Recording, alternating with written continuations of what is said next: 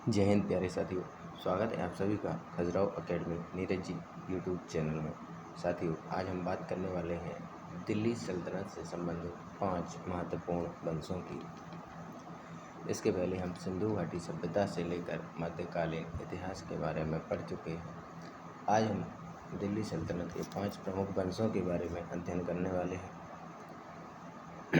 बात करें मोहम्मद गौरी के भारत छोड़ने के बाद इसका एक गुलाम यहीं दिल्ली में रह जाता है, और जब ये दिल्ली में रह जाता है तो इसके द्वारा एक वंश की स्थापना की जाती है। इसका नाम होता है मामूलक वंश। ये मामूलक वंश को ही गुलाम वंश के नाम से जाना जाता है। इसका समयकाल 1206 से 1290 ईस्वी तक रहता है। 1206 में कुतुबुद्दीन ऐबक ने दिल्ली सल्तनत की स्थापना की। दिल्ली और लाहौर को अपनी राजधानी बनाया। इसे वास्तविक संस्थापक नहीं बोला जा सकता, क्योंकि इसने अपनी राजधानी कहाँ बनाया? लाहौर को। कुतुब मीनार का निर्माण कार्य प्रारंभ किया इसने 1211 से 1236 ईस्वी। किसने? इल्तुतमिश ने पूरा कराया। सल्तनत को मजबूत किया, कई विद्रोह दबाए, एकता प्रणाली को संगठित किया। इल्तुतमिश ने 1211 से 1236 के समय दिल्ली को स्थायी राजधानी बनाया। इल्तुतमिश ने 1236 से 1240 ईस्वी में रजिया सुल्तान, जो इल्तुतमिश की पुत्री थी, ये अगली शासकिया बनती है। दिल्ली सल्तनत की पहली और एकमात्र महिला शासक। 1266 से 1287 गियासुद्दीन बलबन शाही सत्ता को मजबूत किया, रक्त और लोह की नीति अपनाई, दरबार की गरिमा बढ़ाई, जासूसी तंत्र मजबूत किया।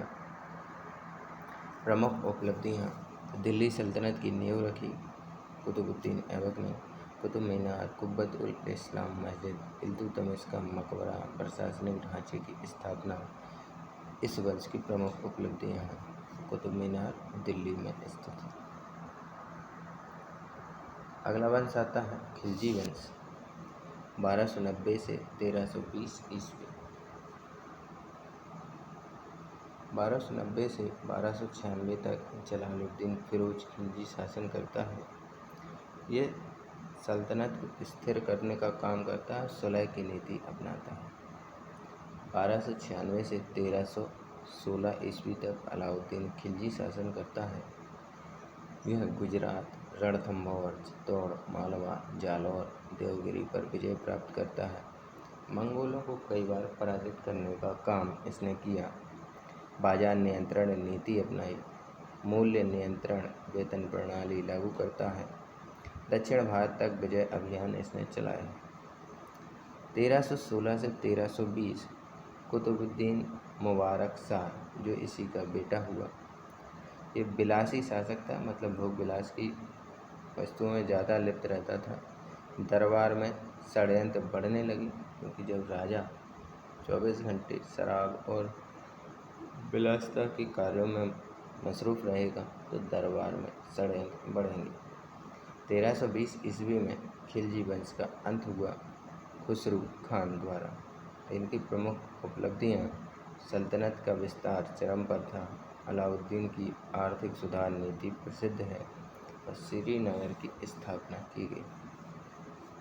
अलाउद्दीन का जो श्री किला है ये दिल्ली में स्थित है। बात करें अगले शासक की, तुगलक वंश 1320 ईस्वी से 1414 ईस्वी तक रहता है।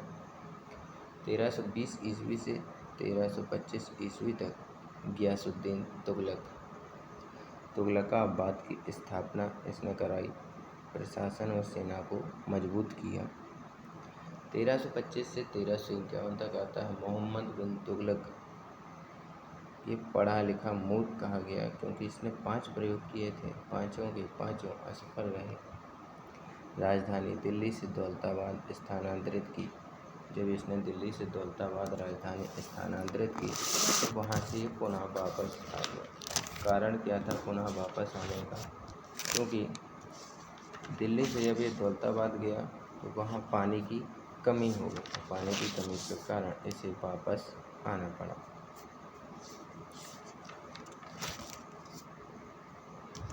इसके साथ साथ इसने टोकन मुद्रा की शुरुआत कराई।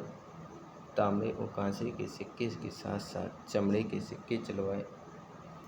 कांगड़ा के लिए इसने अभियान भेजा। कांगड़ा वर्तमान में हिमाचल प्रदेश में है। मौसम खराब का होने के कारण इसे वापस लौटना पड़ा। चौथा कार्य इसने किया खुरासान यानी ईरान के लिए अभियान। खाना ले गए लेकिन हथियार कम ले गए, ये भी असफल रहा। पांचवा कार्य इसके द्वारा कराची के लिए अभियान चलाया गया। इसमें हथियार ज़्यादा ले गए और खाना कम ले गए, जिसके कारण इन्हें फिर लौटना पड़ा। इसलिए दिल्ली सल्तनत का पढ़ा लिखा मूर्ख मोहम्मद बिन तुगलक को कहा जाता है। बात करें 1351 से 1388, फिरोज शाह तुगलक नहरों, कुओं, बाग, सराय, मदरसे बनवाए। जजिया कर को सख्ती से लागू किया। 1388 से 1414 तुगलक वंश के कारण अनेक कमज़ोर शासक आए। इनकी प्रमुख उपलब्धियां तुगलकाबाद, जहानपनाह, फिरोजाबाद शहरों की स्थापना, प्रशासनिक और सिंचाई कार्य, फिरोज शाह के निर्माण कार्य प्रसिद्ध, कुतुब, नहरों, स्तंभ आदि। 1414 से 1451 में अगला वंश आता है सैयद वंश। 1414 में खिज्र खान ने सैयद वंश की स्थापना करी। तैमूर 1398 में आक्रमण के बाद दिल्ली सल्तनत कमज़ोर हो गई। जब दिल्ली सल्तनत कमज़ोर हो जाती है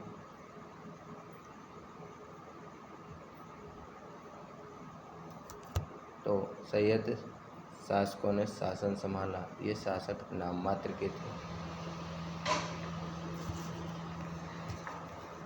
वास्तविक शक्तियाँ अमीरों के हाथों में थी। खिज्र खां 1414 से 1421 तक रहता है। मुबारक शाह 1421 से 1434, मोहम्मद शाह 1434 से 1445, आलम शाह 1445 से 1451 ईस्वी तक रहता है। प्रमुख उपलब्धियां: सल्तनत को स्थिर करने का प्रयास किया गया, प्रशासनिक व्यवस्था को पुनर्गठित किया गया, तैमूरी आक्रमणों से उबरने की कोशिश सैयद वंश ने की। बात करें लोधी वंश 1451 से 1526 ईस्वी तक। 1451 में बहलोल लोधी ने लोधी वंश की स्थापना की। अफगान शासक इन्होंने सल्तनत को पुनः मजबूत किया। प्रमुख शासक बहलोल लोधी 1451 से 1489, सिकंदर लोधी 1489 से 1517, आगरा शहर की स्थापना 1504 में, आगरा को राजधानी बनाया 1506। प्रशासन, न्याय, कर व्यवस्था को सुदृढ़ किया सिकंदर लोधी ने। इसके बाद 1517 ईस्वी से 1526 ईस्वी तक आता है इब्राहिम लोधी। अमीरों से मध्य विश्व राज्य कमज़ोर हुआ। 1526 में बाबर ने पानीपत के प्रथम युद्ध में इब्राहिम लोधी को हराया और दिल्ली सल्तनत का अंत किया। प्रमुख उपलब्धियां इसकी: दिल्ली का पुनरुद्धार हुआ, आगरा की स्थापना सिकंदर लोधी ने की, कृषि, उद्योग और व्यापार को बढ़ावा दिया। सिकंदर लोधी का मकबरा दिल्ली में है। दिल्ली सल्तनत की स्थापना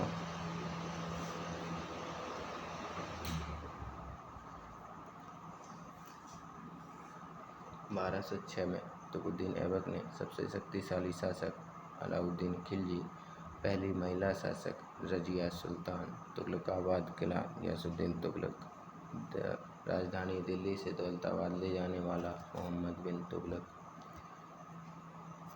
श्रीनगर की स्थापना अलाउद्दीन खिलजी, सबसे लंबा शासनकाल फिरोज शाह तुगलक का 1351 से 1388, तैमूर का आक्रमण 1398 में होता है, आगरा शहर की स्थापना सिकंदर लोधी ने 1504 में की, दिल्ली सल्तनत का अंत 1526 में पानीपत के प्रथम युद्ध में हो गया।